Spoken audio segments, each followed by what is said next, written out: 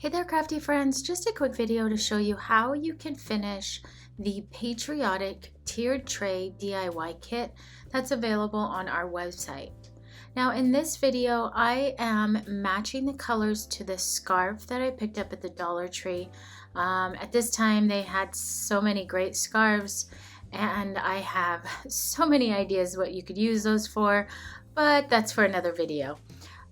So my colors are this dark red, the dark blue, the light blue, and white. And so to start off preparing to paint this kit, I'm taking masking tape and using sticky side up, placing all my small letters and elements on my tape. It helps me hold the pieces as I paint them, and also acts as a tray and ensures that I don't lose all those small little letters and things. The next step then will be to paint all my pieces the base color that I want to paint them. So I'm starting with white, and if you're new to crafting, you'll know, white is a color that is one that you'll have to apply a couple coats to. It's very light and does require at least 2 coats in my experience, sometimes 3. So we're just starting with that, and I'm deciding what pieces I want to paint. So I grabbed the tag piece, I grabbed the little necklace shape pieces from the banner, the large round sign, or the largest round sign that we have. I'm going to attempt to paint it with a plaid design with a white base, so I'm painting that white. And then I also painted the flag base piece. The next color up is the blue, dark blue color. And I'm painting all of the truck the dark blue. And as you're painting your pieces, if you're dealing with pieces that are layered, keep in mind you might not need to paint the entire piece if you know, you're gonna have, like in this case, the tailgate sitting on top. And the tailgate has some pieces cut out for the lights and the license plate. So I did find out where those would sit and painted those white just so that I could see those through those cutouts. I painted the piece around the stars blue and some of the letters blue. And then the small charm piece I painted blue as well.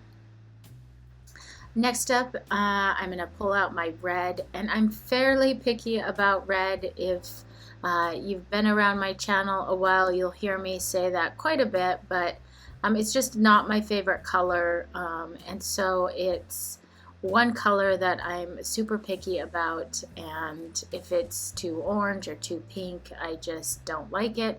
But I did find a great red that I love. It's nice and dark, and to me, more of a true flag red, and that is the Anita's dark red from Hobby Lobby, if you're interested in a nice, good dark red. So I am going back and putting a second coat on everything, and I just want to mention that most of our pieces do come with the placement of the letters or other elements scored into the sign. So even after you paint your base pieces, you can easily see where to properly and evenly place those letters and words and whatnot. If the piece is symmetrical, like the round sign or the tag, keep in mind that there is a back side to that. So if you wanted to do something different and kind of place the pieces in a different manner, you can always use the back side of the sign where it's just a blank slate for you. Now, unfortunately, for the pieces that are not symmetrical, that's not the case. But in retrospect, for the 1776, I mean, I think that's kind of something you would put in there anyways. So again, I'm going back and adding my second coat to everything. And then for the little letters and the tires, I added black. So then the next thing that I'm going to do is splatter everything. I think adding fun, different patterns and splatters and polka dots to things just really add some fun texture to your pieces. I've done our kits both ways, and I love them with just a solid paint color, and then I also love them with the splatter. It's all a personal preference on how you want to finish your sign, which I think is great about these pieces. Not only do you get to finish it in your style, but also your colors to match your decor. So I splattered the red pieces with white, and now I'm going to splatter the blue pieces with the light blue. And if you notice, I also used a baby wipe with a tiny bit of black on it and rubbed that around the 1776 sign, giving it just a shadowed outline look. So for the tag piece, I also splattered that with the light blue, and then I'm taking a baby wipe with the light blue and rubbing that around the edges of the tag and the truck. Again, just for a fun outline shadow effect on those pieces. For the mini United States shape that will go on the charm, I added a little black around that. So now comes the fun step of adding the plaid. And there's so many ways that you can do a plaid. I prefer to just hand do it. My lines are never straight, but I like the look of a naturally painted plaid where it looks a little worn and uneven and kind of broken. So I started with the solid blue color going in stripes one way. I'm using a flat brush to help me get the right size. I added a little bit of white for the opposite stripes, and then I added a little bit more white to that for the little squares where the stripes intersect. I then took a baby wipe and wiped that around the round sign and the tag as well, again for some fun shadowing around there. For those little necklace pieces, I used the back of a brush and added polka dots to those. And then I'm just taking some time and looking at my pieces and deciding if I want to splatter pieces on those or not, and kind of playing around with that. Then once all my pieces are dry, I start gluing my pieces together.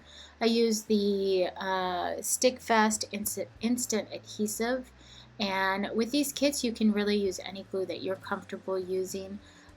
Wood glue, Elmer's glue, tacky glue, super glue, whatever you want to do there. And as I was getting ready to glue the charm piece together, I decided I wanted to add some fun polka dots to that. And so we're going to do that with the back of the brush and then let that dry. For the plaid piece, I wanted to push that plaid to the background and make it even more rustic. So I took a chip brush and dipped it in some white paint, just the smallest amount of white paint, and then gently dragged that across my plaid pieces, and it just turned out perfect. It's nice and broken, it's rustic looking, and I love how that turned out. And then I put my banner pieces together.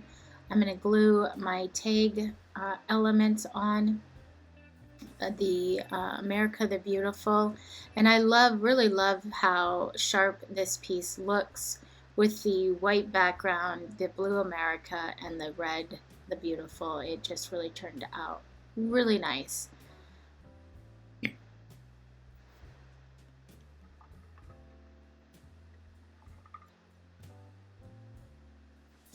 Alright, so then I decided that the round sign needed a little bit of some splatter as well, just to make it match the rest, and now we're going to glue those pieces on.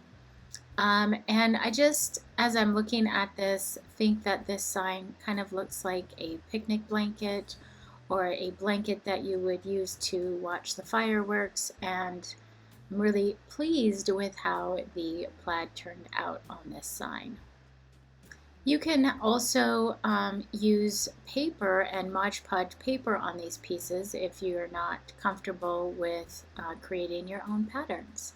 So many different fun ways to finish these signs. I hope you enjoyed this tutorial, and if you decide to purchase the kit and paint it, I'd love to see your finished project. Thanks for watching, guys.